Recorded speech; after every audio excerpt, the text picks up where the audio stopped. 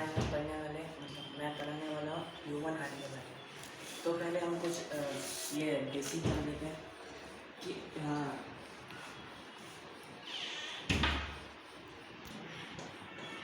तो हम कहते हैं बेसिक के बारे में। तो ह्यूमन हार्ट एक मस्कुलर ऑर्गन होता है, लिखने के लिए मस्कुलर ऑर्गन होता है और ये एक इसका साइज़ 10 to 12 सेंटीमीटर होता है। मतलब एक हाथ को जब हम मुट्ठी बांधते हैं तो उतना बड़ा होता है। मतलब साइज़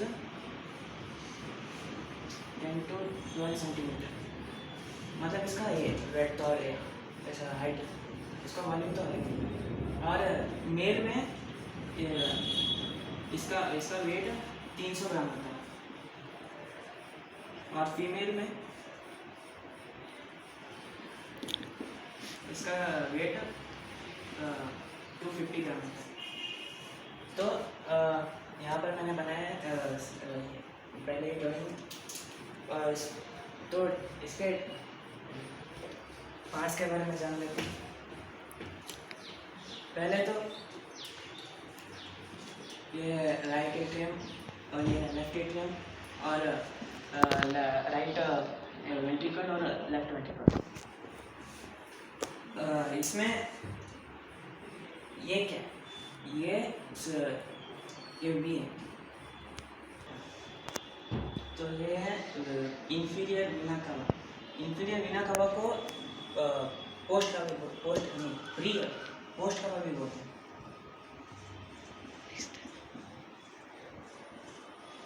और ये सुपीरियर वीना कवा, इसे प्री कवा भी बोलते हैं। तो ये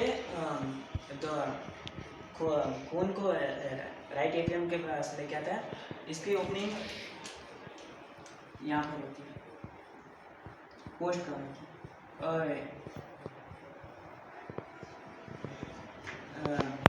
मतलब इसे गार्ड करने के लिए भी वैल्व होता है। वैल्व मतलब एक डोर की तरह होता है। मतलब वो एक डायरेक्शन में खुलता है। मतलब ऐसे अगर इस तरफ से ऐसे आ रहा है खून तो यहाँ पर आने के बाद ये सीधा यहाँ पर ही जा सकता है। मतलब वापस नहीं आ सकता। वापस आएगा तो ये दोनों इधर से बंद हो जाएंगे और ये जा नहीं सकता वापस से। तो यहाँ पर एक वैल्व होता है जिसे यूस्टेशियन वैल्व बोलते हैं।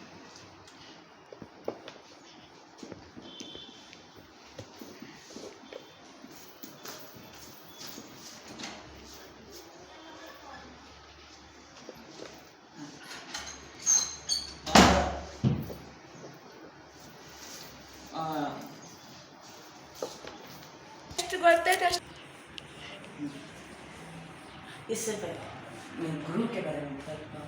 तो ग्रुप मतलब एक गड्ढे जैसा है। अगर एक रास्ता है सीधा तो ये ऐसा है, मतलब ऐसे गड्ढे जैसा है, अंदर वैसा होता है। और हार्ट में भी ऐसा ही होता है। मतलब वो इस तरह होता है। साइड से देखेंगे तो वो ऐसा होगा, ऐसा ही कुछ तो होगा। और हमें पता है कि हार्ट में भी आर्टरी और वेन होता है, उससे खून पंप करने के लिए। तो इतना ही और इतना, इसमें कुछ ज़्यादा कुछ नहीं है। तो उस हार्ट का जो खून होता है जो एट्रियम में आता है तो वो कोरोनरी साइनस से आता है।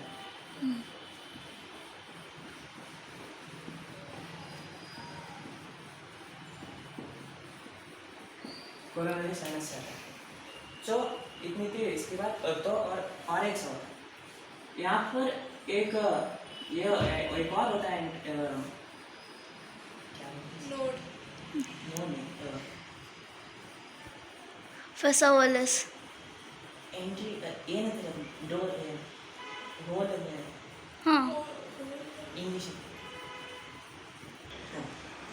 तो एम्ब्रियोनिक स्टेज में एक ओपनिंग होता है। मतलब अगर एम्ब्रियोनिक स्टेज में क्या होता है कि माँ से डायरेक्ट बच्चे के बच्चे को डायरेक्ट खून आता है जो पहले से प्योरीफाई होता है, मतलब उसमें कुछ ज़्यादा कुछ ये नहीं होता, मतलब क्या बोलते हैं उसमें, कुछ डेवलप नहीं होता। कुछ गंदी चीज़ नहीं होती, मतलब ऑक्सीजन में भी होता है, हाँ ऑक्सीजन भी कम होता है, उतना भी ज़्यादा नहीं हाँ। होता। तो वो डायरेक्ट राइट एट्रियम से लेफ्ट एट्रियम को भेज देता है। तो पर हाँ, हम बड़े होते हैं तो ये ओपनिंग बंद हो जाता है, मतलब फाइब्रस होके बंद हो जाता है। तो इसे फोसा ओवालिस को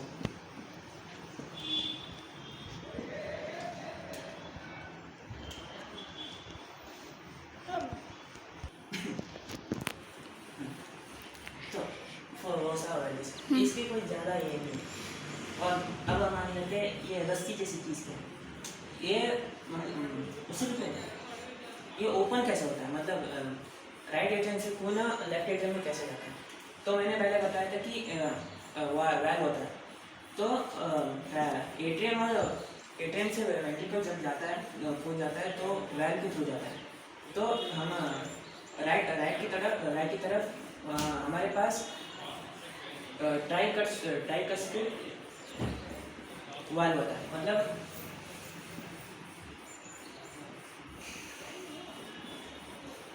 वो ऐसे पत्तों की तरह दिखता है। अगर हम ऊपर से देखेंगे तो ऐसा दिखेगा, 3 पत्ते जैसे दिखेंगे, लीफलेट जैसे दिखेंगे। अगर ऐसे देखेंगे तो ऐसा होता है, मतलब ऐसे। तो जब खून आता है तो ऐसा आता है, एट्रियम से वेंट्रिकल तक जाता है, तो ये खुल जाता है। एट्रियम में प्रेशर बढ़ने से और वेंट्रिकल में प्रेशर कम होता है तो खुल जाता है। तो ये ऐसे ओपन हो जाता है और खून यहाँ पर आ जाता है। और खून यहाँ पर आने के बाद ये वापस क्यों नहीं जाता, मतलब भर जाने के बाद वापस क्यों नहीं जाता, इसका मतलब इसके लिए जैसे मैंने बताया था प्रेशर ये बैक फ्लो रोकने के लिए इसका स्ट्रक्चर ही ऐसा होता है कि ये यहाँ पर खून जब आता है तो अपने आप को बंद हो जाता है, मतलब ये खून के अपने प्रेशर की वजह से ये बंद हो जाता है। और यहाँ पर खून आना बंद हो जाता है तो तब ये इसके साइड से प्रेशर डालते हैं ऐसे और ये वापस से बंद हो जाता है। तो हाँ, राइट की तरफ ट्राइकस्पिड वाल्व होता है और लेफ्ट की तरफ बाइकस्पिड।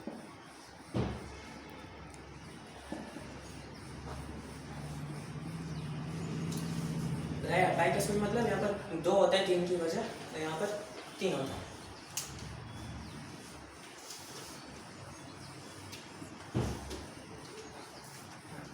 तो अब हम देखते हैं ये क्या होता है, मतलब ये एक फाइब्रस ही होता है, इसे कॉर्डेट टेंडिना बोलते हैं।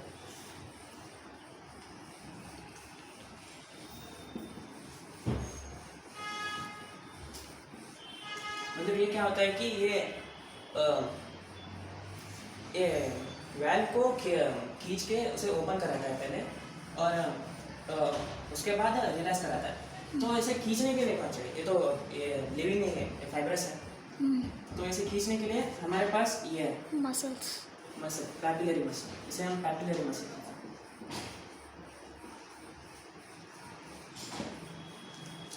इतना तो हो गया पैपिलरी मसल।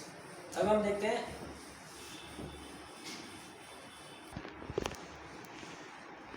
तो पहले देख रहे थे कि राइट एट्रियम में और भी कुछ होता है, 2 चीज़ और होती है।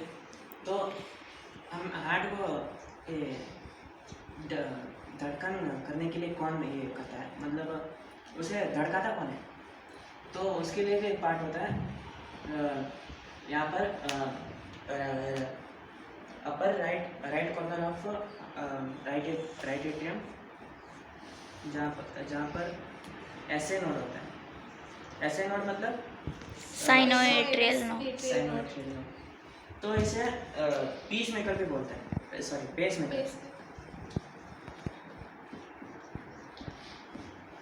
पेस मेकर मतलब ये रिदमिक कॉन्ट्रैक्शन और रिलैक्सेशन को कंट्रोल करता है। कंट्रोल मतलब ऐसे इनिशिएट करता है कि कॉन्ट्रैक्शन और रिलैक्सेशन को इनिशिएट करता है। हमारा हार्ट मायोजेनिक होता है, ये तो पता है सबको, मतलब ये बिना किसी मतलब कोई बाहरी इंफॉर्मेशन, बाहरी दबाव के बिना भी ये खुद भी धड़कता रह सकता है। मतलब अभी अगर हम हाथ को काट के बाहर निकाल दें तो तभी वो थोड़ी देर के लिए धड़कता रहेगा। हाँ। तो ये क्या करता है कि एक्शन पोटेंशियल रिलीज करता है, और ये यहाँ से जाके पहले एट्रिया को कॉन्ट्रैक्ट करता है, बाद में एक और नोड बनाता है। यहाँ पर एक और नोड होता है, lower left corner of right atrium, AV node. और एवी नोड क्या होता है? Atrioventricular node. Atrioventricular node. तो ये क्या करता है कि यहाँ इसे जब एक्शन पोटेंशियल रीच होता है तो यहाँ वो उसे वेंट्रिकल तक पहुँचाता है। तो यहाँ पर एक फाइबर होता है, नहीं, बंडल से पास, बंडल ऑफिस। हाँ, तो एवी नोड क्या करता है कि उस एक्शन पोटेंशियल को एक फाइबरस बंडल के थ्रू पास करता है पर्किंजे फाइबर को। पर्किंजे फाइबर क्या होता है? तो छोटे छोटे फाइबर होता है जो वेंट्रिकल के सेप्टम में होता है, मतलब टॉप क्या होता है, नीचे से टॉप वाले यहाँ पर ये सब छोटे छोटे, बहुत छोटे छोटे हैं। और एक्शन पोटेंशियल सबसे ज़्यादा तेज इसी यहाँ पर ही जाता है, लगभग 4 मीटर पर सेकेंड। ये पर्किंजे फाइबर है शॉर्ट में। और यहाँ पर ये एक्शन पोटेंशियल सबसे ज़्यादा तेज जाता है पूरे हार्ट में, वो भी 4 मीटर पर सेकेंड लगभग। और उससे पहले मैं बता देता हूँ कि सेप्टम क्या होता है। सेप्टम मतलब कुछ नहीं, तो मैं कहा था कि सेप्टम क्या होता है। सेप्टम मतलब कुछ नहीं, 2 कमरों के बीच का दीवार जैसा होता है, और ऐसे कोई दीवार जैसा होता है। मतलब इसमें कुछ ज़्यादा कुछ खास नहीं है, ये मसल का दीवार होता है। जैसे वेंट्रिकल और वेंट्रिकल के बीच का जो सेप्टम होता है उसको वेंट्रिकुलर सेप्टम। वेंट्रिकुलर सेप्टम, और एट्रिया और एट्रिया के बीच का सेप्टम, एट्रिया सेप्टम। इसमें ज़्यादा कुछ नहीं, इसीलिए लिखूंगा नहीं। हाँ, तो सेप्टम के बारे में और थोड़ा सा बताना है कि वेंट्रिकल का सेप्टम मतलब वॉल थोड़ा थिक होता है, क्योंकि हमें इसे पंप करना होता है पूरे बॉडी को। और एट्रिया को कुछ ज़्यादा थिक नहीं होता है वेंट्रिकल के, हम कंपेयर करके देखेंगे। क्योंकि एट्रिया को सिर्फ वेंट्रिकल को पास करना है, उसे कुछ बॉडी तक नहीं पहुँचाना। और वेंट्रिकल और एट्रिया के बीच में जो ये होता है सेप्टम होता है, वो थोड़ा फाइब्रस होता है, क्योंकि उसे एक्शन पोटेंशियल को थोड़ा सा धीरे करना है, क्योंकि वो फास्ट होता है ना। और क्योंकि जो एट्रिया से ब्लड वेंट्रिकल को पास होना होता है, तो उसे पूरी तरीके से होना पड़ता है वेंट्रिकल को पंप करने से पहले। अगर ये मसल का ही होता तो एक्शन पोटेंशियल यहाँ पर आके ब्लड पूरा वेंट्रिकल पे जाने से पहले ही पंप हो जाता, तो थोड़ा ये होता। और इसमें भी राइट वेंट्रिकल का लेफ्ट वेंट्रिकल से थोड़ा छोटा होता है, उसका वॉल है ना, सेप्टम वॉल। क्योंकि जैसा हमें पता है राइट एट्रियम को खून सिर्फ लंग्स तक पहुँचाना है, राइट वेंट्रिकल। राइट वेंट्रिकल, और लेफ्ट वेंट्रिकल को पूरे शरीर तक पहुँचाना है, तो उसका भी थोड़ा ठीक होता है। तो देखिए, हाँ आगे देखिए। अब खून राइट एट्रियम में आ चुका है पूरे शरीर से, अब वो वेंट्रिकल में आ गया, राइट वेंट्रिकल। उससे वो पल्मोनरी आर्टरी से लंग्स से लग जाता है। तो ये पल्मोनरी आर्टरी है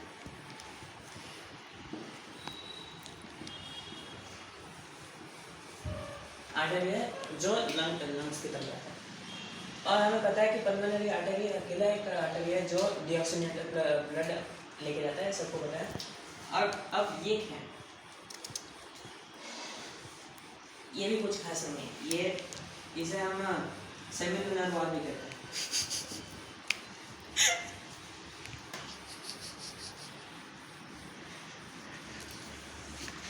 ये एक तरह का वॉल्व होता है, मतलब वेल भी होता है, मतलब इसमें कुछ ज़्यादा खास नहीं है। तो क्योंकि एक ही है कि इसे सेमिलर क्यों कहते हैं, क्योंकि थोड़ा चांद की तरह होता है इजीली, और कुछ नहीं।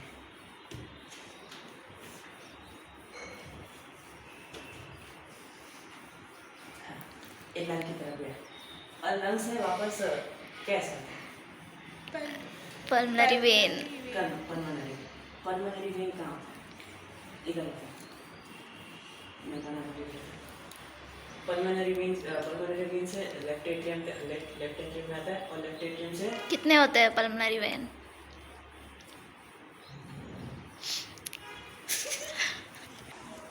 तो राइट से मैं एक और बात बोलूँगा कि पल्मोनरी वेन 4 होता है। ये पल्मोनरी वेन है। पल्मोनरी वेन से आर्टरी को खून आता है ऑक्सीजन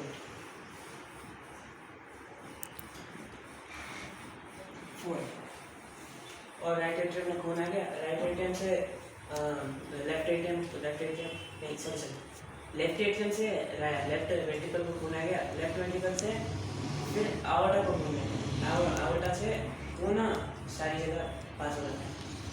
और इसमें भी सेमिनल वॉल्व होता है, ये भी कुछ खास नहीं, ये भी ऐसा ही है। तो हमें हार्ट का साउंड सुनाई देता है।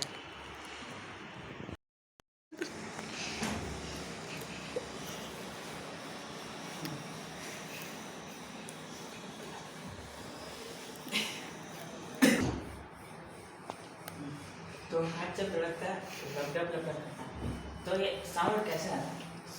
तो लब और डब दो अलग चीज़ों से होता है। तो लब जैसे साउंड सुनाई देता है, तो हमें कैसे सुनाई देता है? लब मतलब पहला साउंड जो होता है ड्राइव का स्पीड और बाइक का स्पीड वाल्व बंद होने से हमें सुनाई देता है। एकदम फोर्सफुली बंद करता है ना, प्रेशर ज़्यादा बढ़ने से, तो हमें वो लब करके सुनाई देता है।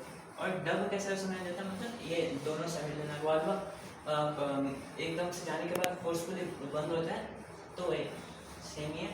और आपको ज़्यादा बचा नहीं है।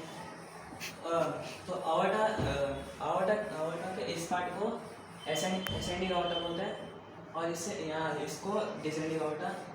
और ऊपर से आवर्टा के 3 ज़्यादा भाग होता है, जिसमें से ये ब्रैकियोसेफेलिक आर्टरी, और ये लेफ्ट कॉमन कैरोटिड आर्टरी, और ये लेफ्ट को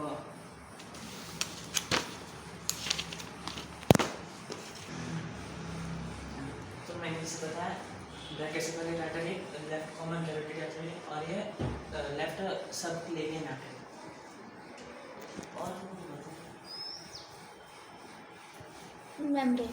हाँ, तो अब हम देख लेते हैं हार्ट वाले के कुछ चीज़ें।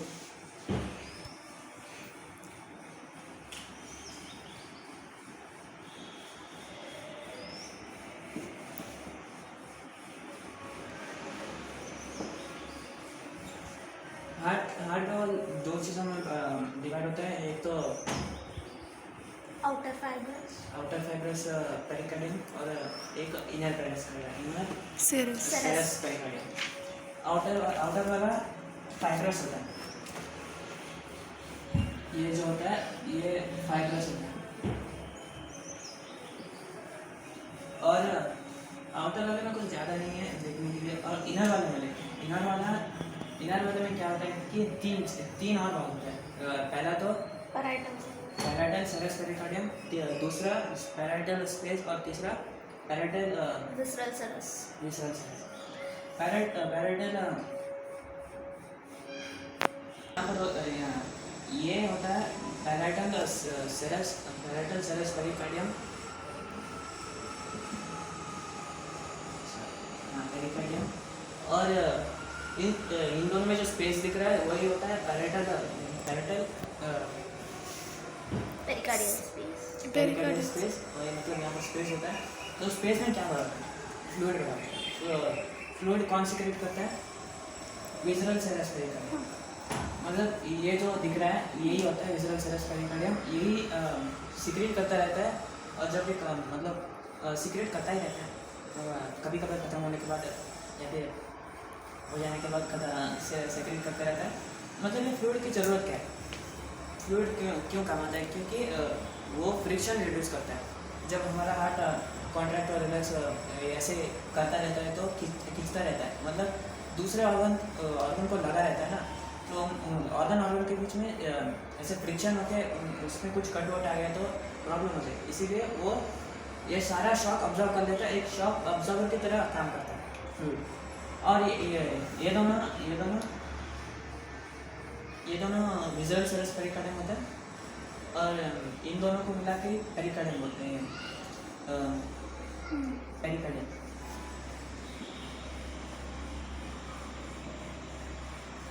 पेरिकार्डियम बोलते हैं। और ये लाल वाला हिस्सा वो हार्ट का वॉल होता है, मतलब मायोकार्डियम बोलते हैं इसे।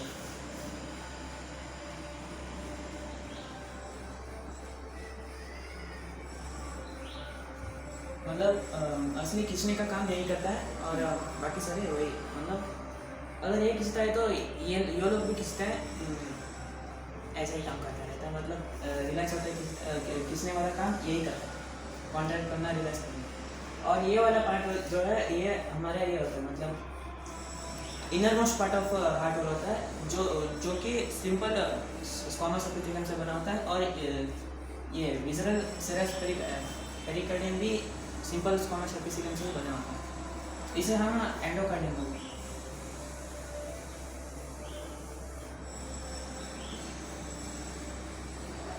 एंडोकार्डियम बोलते हैं।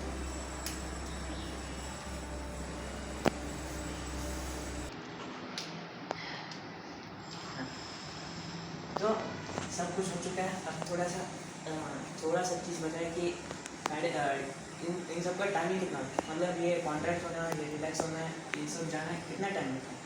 तो पहले तो हमें पता होना चाहिए कि सिस्टोल और डायस्टोल क्या होता है। सिस्टोल और डायस्टोल कुछ ज़्यादा नहीं होता, मतलब सिस्टोल मतलब कॉन्ट्रैक्ट होना, और डायस्टोल मतलब रिलैक्स होना, वो एक कॉन्ट्रैक्शन और रिलैक्शन, उनको एक और टाइम। अब एट्रियल सिस्टोल मतलब एट्रियल जब कॉन्ट्रैक्ट होता है तो हम उसे एट्रियल सिस्टोल बोलते हैं। और एट्रियल सिस्टोल कितने सेकंड का होता है कि 0.1 सेकंड होता है। तो 0.1 सेकंड हुआ। और एट्रियल सिस्टोल होने के बाद वो खून को पंप करता है वेंट्रिकल में, और उसके बाद वेंट्रिकल सिस्टोल होता है। वेंट्रिकल सिस्टोल कितने सेकंड का होता है? वो थोड़ा ज़्यादा होता है, 0.3। और 0.3 वेंट्रिकल सिस्टोल होता है। और वेंट्रिकल सिस्टोल होने के बाद जॉइंट डायस्टोल होता है। जॉइंट डायस्टोल मतलब यही कि वेंट्रिकल दोनों रिलैक्स होते हैं, वो इनसे ज़्यादा होता है 0.4। और जब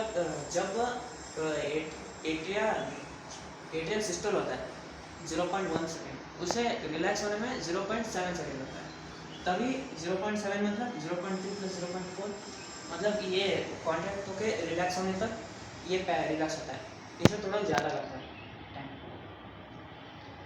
तो टोटल हमें पता चलता है कि एक हार्ट को धड़कने के लिए 0.8 सेकेंड लगता है। तो ये हो गई टाइमिंग की बात। तो हम जान लें कि स्ट्रोक वॉल्यूम और कार्डियक आउटपुट क्या होता है। स्ट्रोक वॉल्यूम मतलब जो खून एट्रिया से वेंट्रिकल